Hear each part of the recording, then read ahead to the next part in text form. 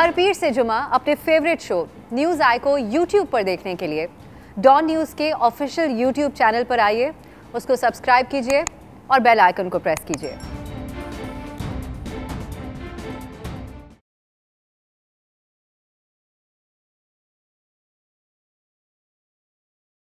अस्सलाम वालेकुम, मैं हूं अफसा कोमल। नाज़रीन, जितनी हम बात करते हैं हुकूमत और अपोजिशन के दरमियान चलने वाले मामलात की, तो महसूस यही होता है कि दोनों तरफ से महज बयानबाजी पे इक्तफा किया जाता है। ख़ास तौर पे पिछले कुछ अरसे से तो हम यही देखते आ रहे हैं, बड़ी बड़ी बातें की जाती हैं दोनों तरफ से, ऐलानात भी बड़े बड़े होते हैं, लेकिन अमली तौर पर कुछ खास होता हुआ नज़र नहीं आता।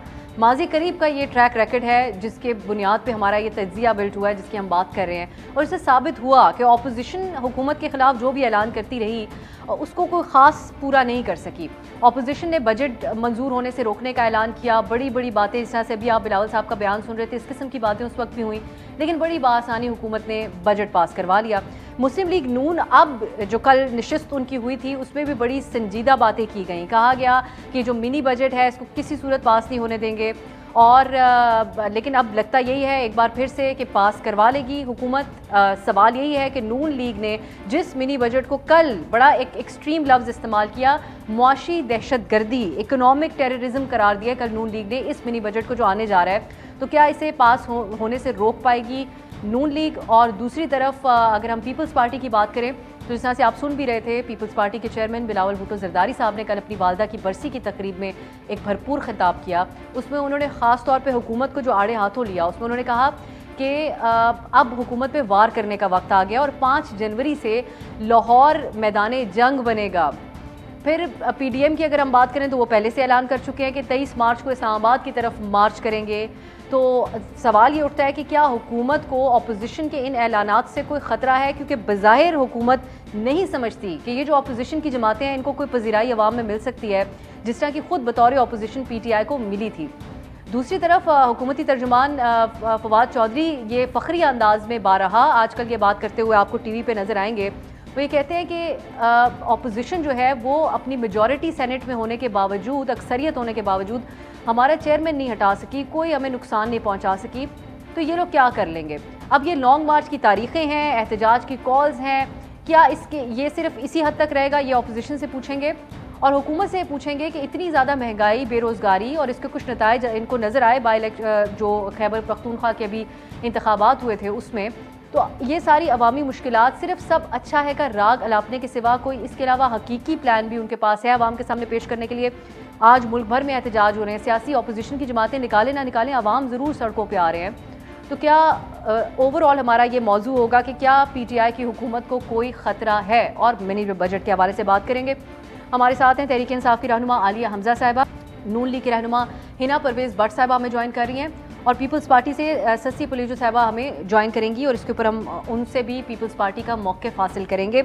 आगाज़ हुकूमत से ही किया जाता है, तो आलिया साहिबा पहले तो आपको ही जवाबदेह करना पड़ेगा।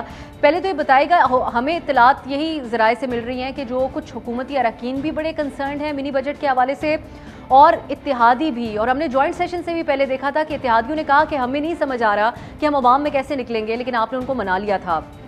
एक तो मिनी बजट कब पेश होने जा रहा है, काबीना में कब पेश किया जाएगा, आज इंतज़ार रहा हमें, लेकिन वहाँ 1 पॉइंट एजेंडा था।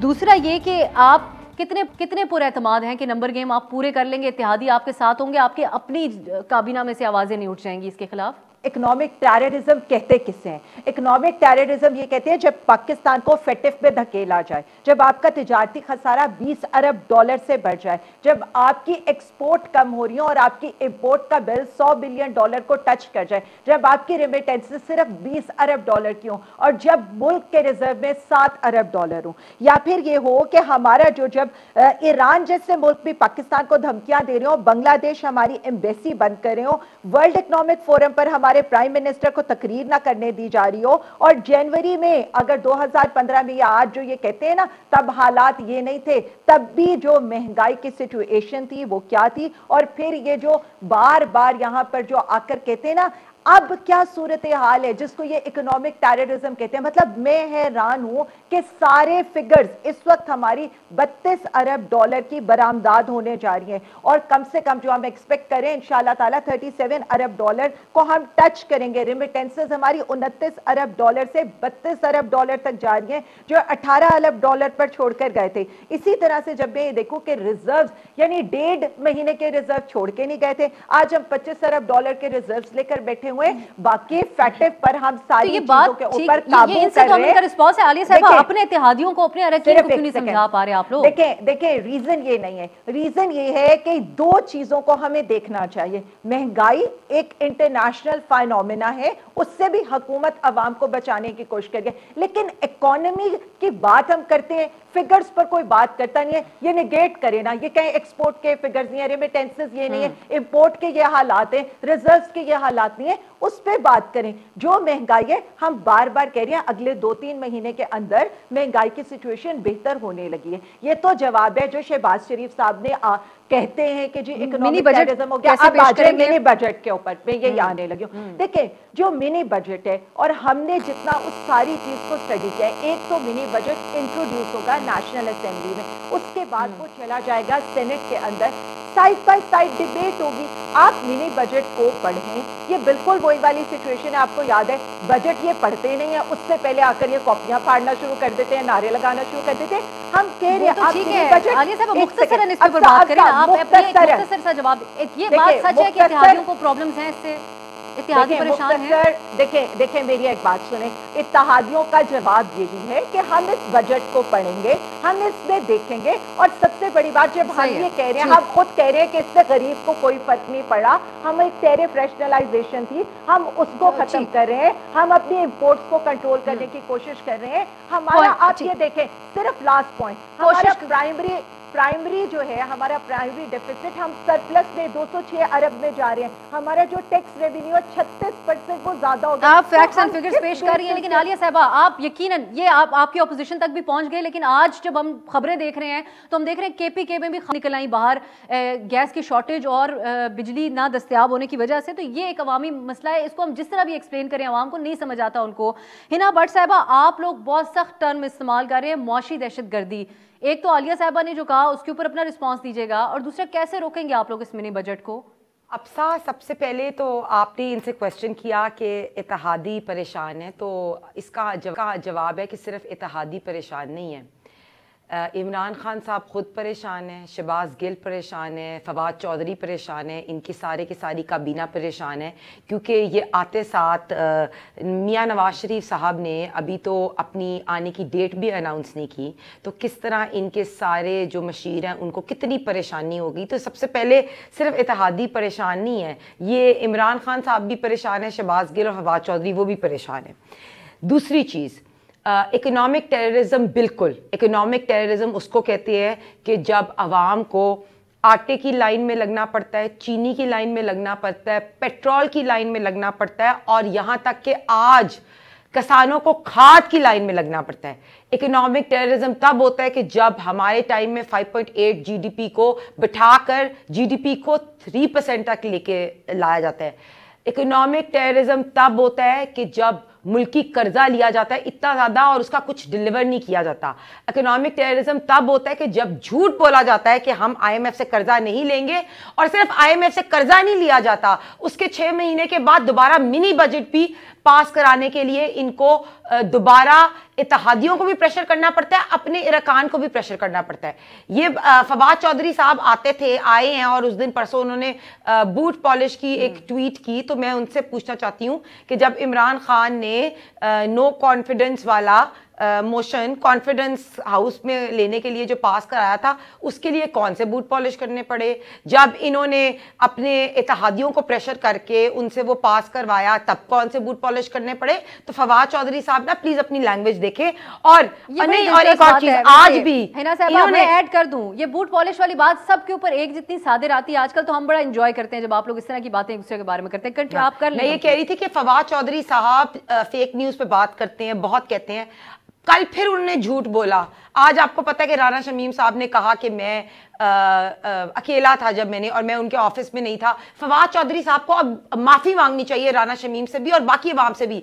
इन लोगों ने कितने झूठ बोले। फवाद चौधरी साहब रोज झूठ बोलते हैं, शहबाज गिल साहब रोज झूठ बोलते हैं। चलें अब ये क्योंकि ये शो मिनी बजट के बारे में हो रहा है, फवाद साहब के बारे में नहीं, एक अलग हम one on one mini budget की बात है। आप आवाम ने, आपने केपीके में लोकल गवर्नमेंट का इलेक्शन देखा, लोकल गवर्नमेंट में इन लोगों ये क्यों हारे? इसलिए हारे कि आवाम की महंगाई। मुझे ससी साहिबा को भी शामिल करें थे पहले पॉइंट जो हमारा उसके ऊपर। ससी साहिबा, अब आप लोग जलसे जुलूसों का ऐलान कर रहे हैं, बहुत भरपूर तकरीर भी कर ली कल बिलावल साहब ने, लेकिन किस तरीके से रोकेंगे? बजट के दौरान हमने देखा कि किस तरीके से बुला भी लिए गए अरकान।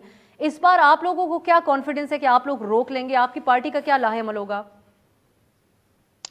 बहुत शुक्रिया। अब साहब, मेरे ख्याल में बजट में चेयरमैन बिलावल भुट्टो जरदारी साहब, आसिफ अली जरदारी साहब समेत हमारी सारी लीडरशिप MNAs एक भरपूर स्ट्रेंथ में थे। और आपने देखा कि न सिर्फ हमने एहतजाज किया, लेकिन हमारी जो रिकमेंडेशंस थी PSTP के हवाले से या एनुअल एक्सपेंडिचर के हवाले से, वैसे भी मेगा प्रोजेक्ट्स के हवाले से या महंगाई के हवाले से, वो बड़ी ही क्लियर थी। इस हवाले से हर साल की तरह हमने तो बेहतर इम्कान कोशिश की।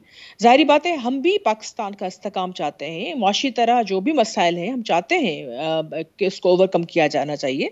लेकिन गर्दिशी कर्ज़ों की बात करें, हम डॉलर की बात करें, आज के दिन जब हम बात कर रहे हैं तो 178 रुपये से डॉलर बढ़ गया है। ओपन मार्केट में तो 181 से भी ज्यादा है, यानी रुपए की कीमत इतनी गिरी है। और अगर 3 सालों में जब से PTI आई है तो उसमें आप देख लें कि तकरीबन 30.5%, ये कोई कम बात नहीं है। और ये हम सबको, इसके आम बंदे को खास तौर पर जिसके लिए खाने के नहीं है। और गैस के हवाले से मैं आपको क्या बताऊं कि आए दिन यहाँ मुजाहरे हो रहे हैं, गाँव में, गली में, कूचों में, कराची में, लाहौर में, मुल्तान में, लेकिन सिंध जो सबसे ज्यादा प्रोडक्शन है इसकी 70% से ज्यादा, और आइन की खुली खिलाफ वर्जी करते हुए यहाँ तो बिल्कुल एक बंदिश है हर तरह से। और जो महंगाई का एहतजाज और जलसों की कॉल से ज्यादा क्या करेंगे ससी साहिबा, ये भी बताइए, आप लोग क्या करेंगे? लाहेअमल क्या है आपका?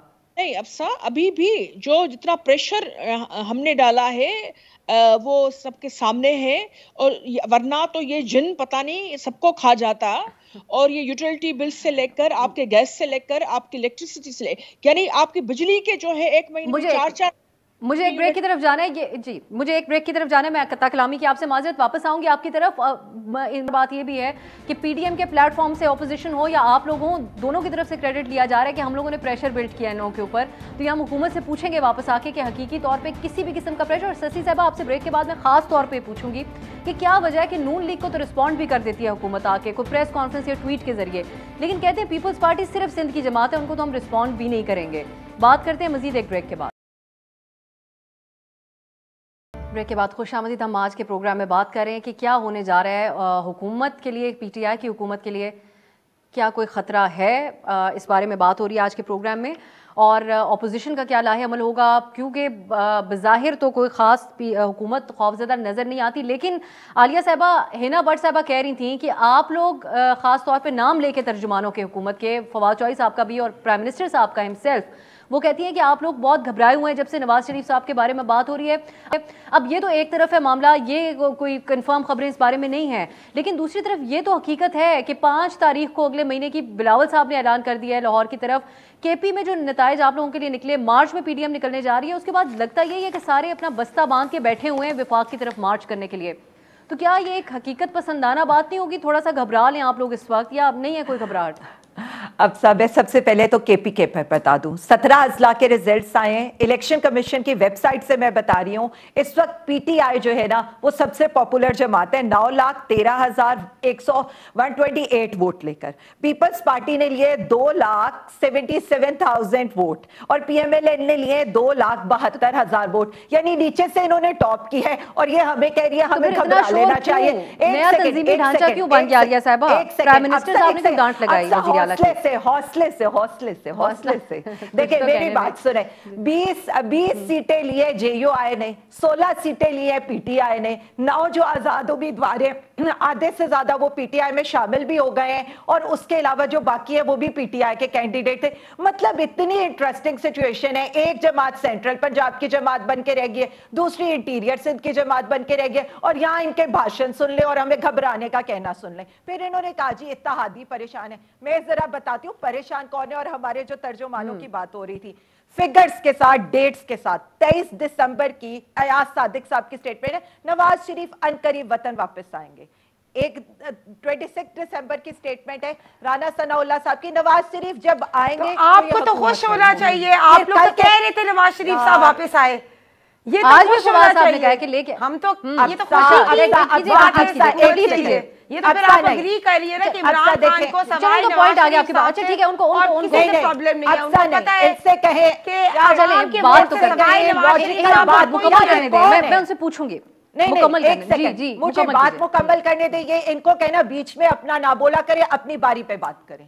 चलिए मैं आपको जवाब आप अच्छा जी। फिर कल की स्टेटमेंट है 27 दिसंबर की, यहाँ पर शाहिद खान साहब की। उन्होंने कहा नवाज शरीफ की वापसी के बारे में अयाज सादिक का बयान पार्टी पॉलिसी है, पार्टी समझती है कि वो नवाज शरीफ को लंदन इलाज करवाना चाहिए। एहसन इकबाल साहब सेक्रेटरी जनरल है, नवाज शरीफ की वापसी डॉक्टर की इजाजत से मशरूत है। एक और इनकी खातून है, वो कहती है नवाज शरीफ यानी कंफ्यूजन ही कंफ्यूजन है। अल्लाह के बंदों को ये एक बात तो करो, हम तो कह रहे हैं नवाज शरीफ आए, हम एयरपोर्ट पर हार बाजे धमाल डालेंगे, इनके लिए इनका लीडर आ रहे, सीधा जेल में लेकर जाएंगे। एक भगोड़ा झूठ बोल के वहां पर जाकर भाग के बैठा हुआ है, आए यहाँ पर आकर अपनी जेल काटे, अवाम के पैसे वापस करे, और इनको ये जो हम इनके वो शहबाज शरीफ की तरह माल पे गोल गोल नहीं घूमेंगे, हम रेंट अ क्राउड भी देंगे इनको। आए तो सही, आए आकर मुकाबला करें अदालतों का। राना शमीम के जाली एफिडेविट के ऊपर ये अभी बात करी थी ना, हमें माफी मांगनी चाहिए।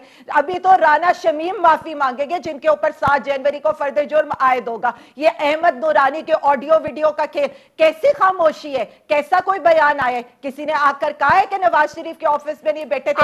उन्होंने कह दिया ना, उन्होंने खुद कह दिया आलिया साहबा, मामला इरफान हाशमी, इरफान ये मेरी बात सुनिए, इरफान हाशमी सबूत लेकर आ रहा है। आलिया साहबा मैं आगे ओ भाई जिनको आपने नवाज शरीफ साहब वजाहत तो करने देना, एक तरफ मेरी बात एक जन कौन नवाज शरीफ, कौन नवाज शरीफ, कौन नवाज शरीफ, मैं आपकी तरफ आ रही हूं, एक मुजरिम कौन नवाज शरीफ, भगोड़ा जिसको सजा हुई है, ना अहल हुआ है। आपकी क्या वो है, आप आकर उसकी तर्जुमान आप बने, कोई और बने, एक ना अहल शख्स की करें तर्जुमानी, ना अहल शख्स की, एक ना अहल शख्स की तर्जुमानी कर सकता है। और जहां तक आप दिलावर की बात करें, जो चोर है सुनाए, इमरान खान सबसे बड़ा सिलेक्टेड हाइब्रिड रेजिम का आने वाला चोर दरवाजे से आया है। ये आपको भी पता है, डील की बातें इसलिए कह रहे हैं। मैं हिना साहबा अपने लिए सवाल सुन लें। हिना भट्ट साहबा एक सवाल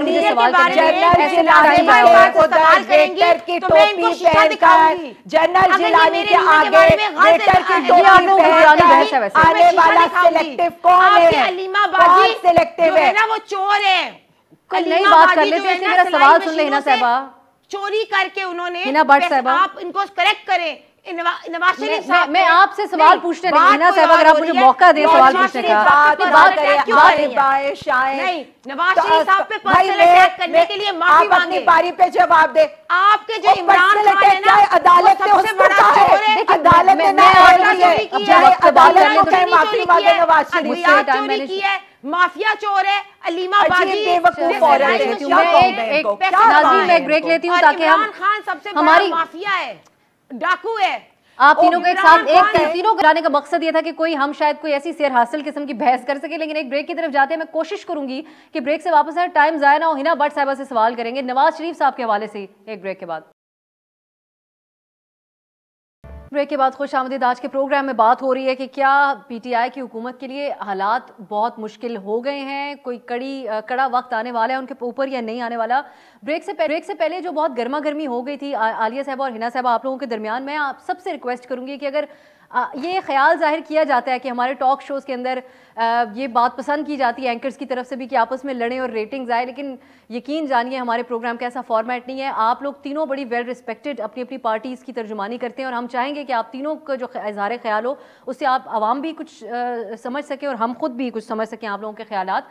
हिना साहबा, ब्रेक से पहले जो बात हो रही थी, हम ये देखते आ रहे हैं कि अभी की अगर बात की जाए, उससे पहले भी एक पूरा ये है इस तरह का मामला कि अवामी मुश्किलात जो भी हों, अभी महंगाई है, गैस की शॉर्टेज है, लोग सड़कों के ऊपर वैसे भी निकले हुए हैं, आप लोग ना भी निकालें उनको तो, लेकिन नून लीग के अंदर बहस क्या हो रही होती है और हमारे टॉक शोज़ में भी कि नून लीग का बयानिया, नवाज शरीफ आ रहे हैं या नहीं आ रहे, बेटी जा रही हैं या यहीं पे मरियम साहिबा रहेंगी। तो क्या ये जो अवाम जो आपको वोट देते हैं उनके एहसासात का मजाक उड़ाने वाली बात नहीं है, जो कि हुकूमत उड़ाती है ये बातें कह के कि दवाएं इतनी भी महंगी नहीं हो गई, चीज़ें इतनी भी महंगी नहीं हो गई, पूरी दुनिया में भी यही मामला है, लेकिन आप लोगों को इस चीज़ को कोई संजीदा लेते हैं? आप लोग के अवाम कैसे देख रहे होंगे उसके? मैं बिल्कुल अंडरस्टैंड करती हूँ कि आपका टॉक शो है और आप नहीं चाहती होंगी कि आपस में लोग लड़ें, लेकिन अगर कोई मेरे कायद या मेरे लीडर के बारे में गलत अल्फाज इस्तेमाल करेगा और आप उसको नहीं रोकेंगी तो मैं उसको लाजमी तौर पे रोकूंगी और मैं उसको रिस्पॉन्ड भी करूंगी। इन्होंने मेरी कायद को बात की, मैं बताती हूँ, इमरान खान साहब सबसे बड़े डाकू हैं, लुटेरे हैं, माफिया हैं, आटा चोर है, चीनी चोर है, जो 3 वक्त के वजीर आजम जो रहे हैं एक्स नवाज शरीफ साहब से डरते हैं। नवाज शरीफ साहब एक बहुत करेजियस लीडर है, अवामी लीडर है। नवाज शरीफ साहब लंदन में बैठ के सारे बाय इलेक्शंस भी जीत रहे हैं और अपनी तंजीमी ढांचा भी कंप्लीट कर रहे हैं। और इमरान खान साहब एक बुज़दिल इंसान है जो यहाँ बैठ के वजीर आजम हाउस में ना ही सिर्फ इलेक्शंस हार रहा है बल्कि अपनी तंजीम भी जो है वो उसको भी ढांचा तब्दील कर रहा है। तो अगर आप मेरे कायद के बारे में गलत बात करेंगी जो इस टॉक शो पे बिल्कुल नहीं है, तो मैं भी आपके कायद के मैं भी जवाब आ गया आपका। अब ये भी बताइए, पहेलियां क्यों बुझवा रहे? आवाम का जज्बात से हम नहीं खेल रहे, हम तो कहीं भी महंगाई क्यों नहीं है, हुकूमत में नहीं है। हम तो पहली तो बात है कि हम अवाम के लिए 23 मार्च को हमने डेट दी है कि महंगाई मार्च के लिए हम निकलेंगे। हम मिनी बजट को कह रहे हैं कि ये इकोनॉमिक टेररिज्म है, जो सच है। 3 महीने पड़े हैं मार्च में, तब तक इकोनॉमिक टेररिज्म हम मिनी बजट को पास नहीं होने देंगे। हम इत्तेहादियों से भी अपील करते हैं कि मिनी बजट को ना पास करने दें। पीटीआई के अपने एमपीएस और एमएनएस हैं जो इनके साथ नहीं है, तो मिनी बजट को ना ही तो हम इंशाल्लाह पास होने देंगे और हम अपनी रिस्पॉन्सिबिलिटी, चाहे हमें महंगाई मार्च करनी हो, चाहे हमें ऑपोजिशन में करना, चाहे हम पीडीएम के प्लेटफॉर्म में करना हो, चाहे बिलावल साहब बाहर निकले, देखते हैं ऑल ऑफ द ऑपोजिशन, क्योंकि ये बातें आप लोग पहले भी हमारे शोज में कर चुके हैं, हमने ऐसा कुछ देखने को नहीं मिला था हमें। शशि साहबा, आप कुछ वजाहत के साथ हमें बताइएगा। पिछले साल हमने देखा गड़ी खुदा बख्श पे जो कल मामला था वो मुख्तलिफ था। पिछले साल मरियम साहबा भी स्टेज के ऊपर खड़ी थी, बड़ी भरपूर उन्होंने भी तकरीर की थी। हल्का फुल्का ये तज्जिए पेश किए गए थे कि अब पीडीएम के प्लेटफॉर्म से सब जमातें इकट्ठी हो गई हैं तो पता नहीं क्या हो जाएगा, पीटीआई हुकूमत के साथ अलग हो गए आप लोग। पीडीएम की तो तारीख नहीं आ रही, मार्च बहुत दूर है, आप लोग अगले महीने निकलने जा रहे हैं, लेकिन अवाम क्यों देखें आप लोगों की तरफ? क्या एक पैरेलल चीज आप लोग उनके लिए पेश करेंगे? अब सा मैं सुनती रही हूँ तो मुझे भी आई होप के बात कंप्लीट करने का मौका मिलेगा। बिल्कुल, बिल्कुल। जी, आप भरपूर कोशिश कर रही हैं कि एक अच्छे मॉडरेटर की तरह और बिल्कुल चीज़ों को संभाल रही हैं। हर किसी को मौका मिलना चाहिए। देखिए, मुख्तसर पहले तो मैं ये कहूँगी, पीपल्स पार्टी के हवाले से बात की गई, अभी अगर पार्लियामेंट की बेतौकीरी ख़त्म करने की हितल इम्कान कोई कोशिश कर रहा है तो पीपल्स पार्टी है। अगर जो सियासत में भद्दे तरीके की एक पोलराइजेशन है इसको ख़त्म करने की अगर कोशिश कोई कर रहा है तो पीपल्स पार्टी है। अगर लोगों की डिमोरलाइजेशन है मुख्तलिफ हवालों से, क्योंकि आपके आटा, चीनी, गंदम, आपकी बिजली फी यूनिट महीने में 2-2, 10-10 मरतबा बढ़ रही है, दवाइयों के हवाले से आपके पेट्रोलियम एक महीने में 4 मरतबा, ये तो सारे रिकॉर्ड तोड़ चुके हैं ना। फिर इनकी तरफ हम देखते हैं, उन्होंने कहा खुदकशी कर लेंगे, IMF के पास नहीं लेकिन बजट ही IMF पीटीआई का जो है अभी मिनी बजट जो है तो बड़े पहाड़ गिराएगा, क्योंकि इस हवाले से जो कड़ी शर्तें हैं, खुद उनके चौधरी सरवर हों, दूसरे, उन्होंने कहा ये गिरवी रख दिया गया सब कुछ।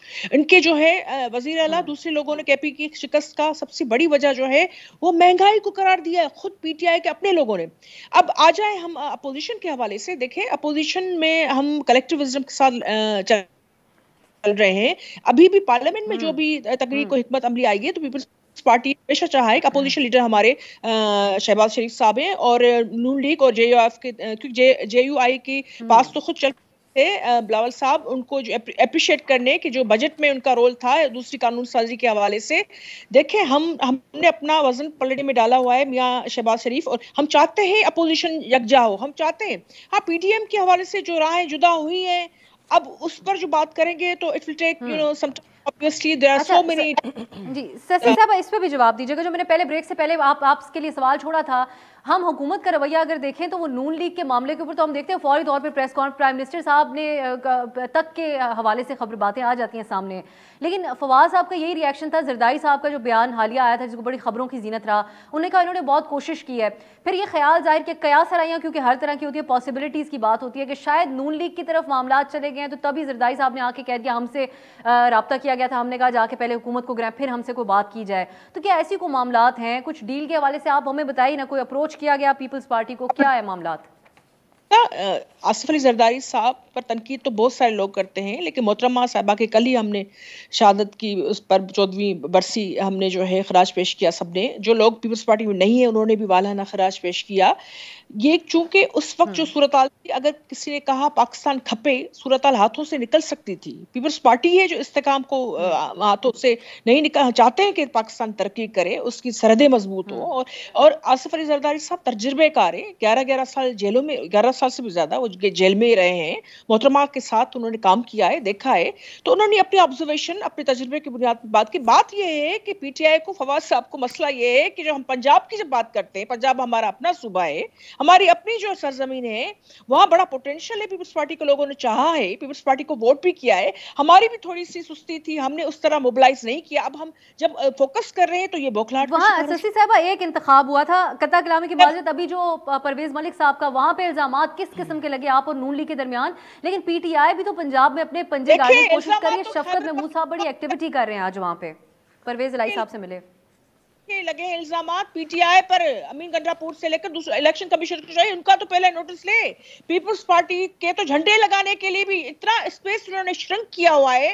एक आम तरक्की पसंद सोच से लेकर हर चीज का इंतहा पसंदी का हम रास्ता कैसे रोकेंगे? ये जो हम रोशन ख्याल जमाते हैं, इसके लिए तो हर जगह ये छोटे छोटे फवाद साहब चोगा पहना हुआ उन्होंने रोशन ख्याली का, लेकिन प्रैक्टिकली आपने देखा है कि अपने ही सूबे को उन्होंने, अभी भी हमारे जिले के सदूर पे जो है हमले हो रहे हैं इंतहा पसंदों के। एक की शहादत हो चुकी है, दूसरा जो है वो हॉस्पिटलाइज है। कल जो आपने स्पीच सुनी इस स्टेज पर जो है हमारे खैबर पख्तूनख्वा के शहर की, बर्जुस्ता कितनी बहादुरी के साथ फिर भी पीपल्स पार्टी के लोग खड़े हैं। तो इस बात को ये न भूले, और हम पंजाब में जरूर आएंगे, हमारा आईनी हक है, जमहूरी हक है, हम वहां आएंगे, बिल्कुल पड़ाव भी डालेंगे। हम अपने लोग हैं, हमारी अपनी माएं बहनें, उन्होंने पहले भी हमें वो मौका दिया था। हमारी अपनी सुस्ती थी, कुछ बीच में जो है हम इतना ख्याल नहीं कर सके, लेकिन हम चेयरमैन बिलावल की इंस्पिरेशन है, भुट्टो का नारा उनके दिल पर है। सही, मुझे बिल्कुल सही, मुझे एक ब्रेक की तरफ जाना है, तरफ जाएंगे, वापस आके हम हुकूमत से पूछेंगे, आलिया साहिबा से इस बारे में। आपको मैं एक शॉर्ट ब्रेक से वापस आके पूछेंगे आलिया साहिबा से कि वो ये जो चर्चा हो रही है कि पीटीआई के लोग शामिल होना चाह रहे हैं नून लीग में, इसके ऊपर वो क्या कहेंगी, सुनिए एक ब्रेक के बाद।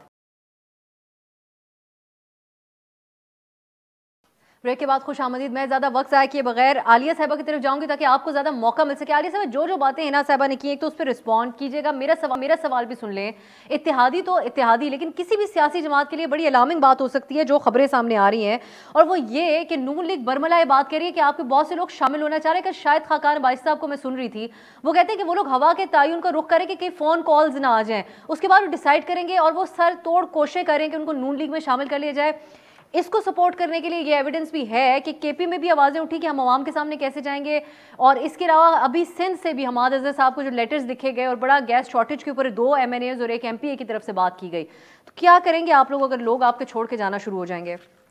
अच्छा, अब से सबसे पहले तो बस मुझे अनइंटरप्टेड प्लीज टाइम दीजिएगा। सिलेक्टिव वो है जो वेटर की टोपी पहनकर जनरल जिलानी को आगे जो है सर्व करे। सिलेक्टिव वो है जो जनरल जिया की गोद में बैठकर आए। सिलेक्टिव वो है जो गेट नंबर 4 से मिन्नतें कर कर यहाँ पर इक्तदार में 3 दफा का इक्तदार ले। और बुजदिल वो है जिसे अटक जेल के अंदर मच्छर काटते थे, या बुजदिल वो है जो डील करके अपने सारे वोटर सपोर्टर को यहाँ पर छोड़कर जद्दा भाग गया था, या यहाँ पर प्लेटलेट्स का झूठा बहाना बनाकर कतर वाले एयरलाइन के ऊपर ऊपर बैठकर लंदन बैठा हुआ है आज तक। देखिए बात सिर्फ इतनी है, जाली रसीदें, जाली ट्रस्टी, जाली इनकलाब, दादा बेटे पोतियां पोते नवासी समधी रिश्तेदार या तो भगोड़े या चोर है या उनके ऊपर करप्शन के केसेस है। और आप इत्तफाक देखें कि नाम है शरीफ खानदान और आगे से इन्हें मैं क्या कहूँ, अब लूता साहब सवेदी साहब अलीमा बाजी तो याद आती है। ये नहीं याद आता कि लूता साहब और सवेदी साहब ने शेयर्स क्यों मरियम बीबी के अकाउंट में डाले थे और बाद में उनसे डिनाई क्यों किया था। इन्हें ये याद नहीं आता कि तहमीना दुरानी के अकाउंट के अंदर, तहमीना दुरानी के अकाउंट के अंदर फालूदा वाला पापड़ वाला किसने उनके अकाउंट के अंदर पैसे डाले थे। सुना था बाबूजी ने कफन बांध लिया। मुझे तो लगता है ना इन जैसे सपोर्टर्स को जलील करने का उन्होंने जो है अगर उनको मुकम्मल करने दें। कितने पैसे बनाए, इस तरह किसी एक की बात भी इस्टेब्लिश नहीं होगी। आलिया साहब कंप्लीट करें आप। देखिए जी, हमने सुना था उन्होंने कफन बांध लिया, लेकिन इनको जलील कराने का उन्होंने कफन बांध लिया। और जो इनके साथ आजकल अदालत में हो रही है या इनके ऑडियोज वीडियोस के ऊपर हो रही है बहुत है। अब मैंने तो सिर्फ खान साहब से इतना कहना है, लंगर खाने उन्होंने बहुत खोल लिए, थोड़े से पागल खाने खोल लें, PMLN को वहां भर्ती कर लें। स्पेशली ये जो मेरी बहन है इनको तो जरूर ले जाए वहां पर। अब आ जाए इनसे पूछे KPK के अंदर यार ये कौन लोग हैं KPK के अंदर नीचे से आखिरी नंबर के ऊपर आते हैं, नीचे से आखिरी नंबर के ऊपर आते हैं और इनकी ढिठाई देखें कि ये यहाँ आकर मतलब JUIF को गिरवी रख दिया इन्होंने PMLN को। 22 दफा IMF प्रोग्राम में गए, $10 बिलियन $6 बिलियन PMLN ने लिया, 4 दफा ये लोग गए, 9 दफा पीपल्स पार्टी के ये $10 बिलियन, हम $2 बिलियन में। इनको समझ आती नहीं है, लॉजिकल ये बात करते नहीं है। मिनी बजट इनके हर दौर के अंदर आया है, हर दौर के अंदर। PTI ने इवन कोविड के सिचुएशन के अंदर भी हम बजट लेकर नहीं आए मिनी बजट। इनसे पूछे कि IMF के अंदर ये ले जाने वाले, ज्यादा से ज्यादा IMF से कर्जे ये लाने वाले, और आज इनके आप भाषण सुन लें। फिर वोट चोरी का इल्जाम तो पीपल्स पार्टी और 133 पे एक दूसरे पे लगाते रहे, खानेवाल पे ये एक दूसरे पे लगाते रहे। लोकल बॉडी में पूरा सेंट्रल पंजाब फारिग हो गया, KPK से दोनों पार्टी फारिग हो गए, इलेक्शन हार गए। लेकिन इनकी हालत देखे, ये यहाँ आकर इनको ये लग रहा है बात सुन ले। आखिरी बात सारी ये नवाज शरीफ कहते हैं मेरे असासे मेरी आमदन से याद है, या आगे से आके कहते हैं शेर आ गया शेर आ गया। नवाज शरीफ एवनफील्ड का कहता है ये मेरा नहीं है मेरा नहीं है, और उसी के आगे खड़ा होकर वो प्रेस कॉन्फ्रेंस शेर आ गया। इनके दिमाग का इलाज कराने की जरूरत है। वक्त खत्म हो गया, इमरान खान साहब से कह रहे कि लंगर खानों की जगह पागल खाने खोले, इनको वहां भर्ती कराएं। देखिए होता है क्या एक चले जी, मेरे पास खत्म हो गया, आप लोग पागल खाने की जरूरत है हमें। चले अब आप लोग, अब ये तो एक इनको जमा कराने के लिए ये जाते जाते जो आप कह के चली गई हैं, ये इसके ऊपर तो अच्छा एक मिनट ना साहब अपना कमेंट करें आप जल्दी से इसके ऊपर। एक मैं आपसे सवाल कर लूं, मैं सवाल को भी बदनाम करा दिए, लफ्ज वाले भी सोचते होंगे किसको डिग्री दे दी है हमने। और ये मैं तो कह रही हूँ मुझे तो लफ्ज पे केस करना पड़ जाएगा, मुझे तो लफ्ज पे केस करना पड़ जाएगा इस प्रोग्राम को, मुझे लफ्ज पे केस करना पड़ जाएगा। अपनी पार्टी की फिक्र करें, दाखिल कराए उसमें प्लीज, अपनी पार्टी की फिक्र करें। मुझे 25 पेपर पकड़ के टीवी पे नहीं आना पड़ता आपकी तरह, अपनी डिग्री के बारे में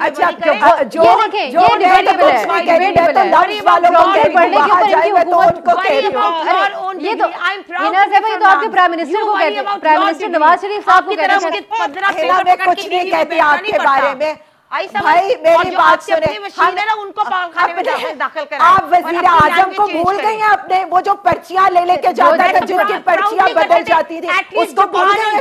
आपका वजीर आजम जिसकी पर्चियां जिसकी पर्चियां अभी आपको पर्ची पे एतराज है, अपने वजीर आजम को याद करें।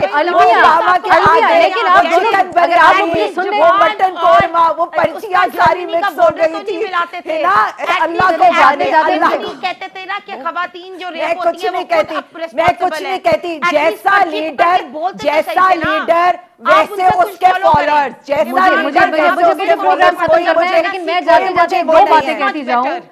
आप आप लोगों ने इतनी क्रॉस टॉक की है कि मेरी एक बात आप लोगों ने, लेकिन बात ये अलमिया ये कि आलिया साहबा आपको आज ये बात हो रही है जो हिना साहबा आप इनको कह रही है कागज लेके बैठी हैं, तो प्राइम मिनिस्टर आपके प्राइम मिनिस्टर पे ये तनकीद होती थी और आज बैठ के टीवी पे ही सब बात करते हैं कि प्राइम मिनिस्टर इमरान खान साहब फिलबदी तकरीर में ऐसी ऐसी बातें कह जाते हैं जो अगर वो लिखी हुई तकरीर पढ़े तो ऐसा ना हो। आलिया साहबा और आपको ये बात प्राइम मिनिस्टर साहब को भी समझानी चाहिए। अब आज तो वक्त खत्म हो गया, सस्ती साहबा से मैं माजरत करूंगी कि उनको वक्त ऐसा ही है। खुशफहमी का भी अगर कोई इलाज होता तो हम जरूर इसके बारे में किसी डॉक्टर को बुला के उसके बारे में बात करते, लेकिन आज के लिए मेरे पास वक्त खत्म हो गया है। आने वाले शोज में हम ये बात नून लीग से खास तौर पे पूछेंगे कि क्या मुल्क की महंगाई और जो मसाइल अवामी हैं उसके ऊपर भी कभी बहस करने का मौका देगी नून लीग हमें, या यही बातें होती रहेंगी कि नवाज शरीफ आ रहे नहीं आ रहे। आज के लिए इजाजत दीजिए, खुदा हाफिज।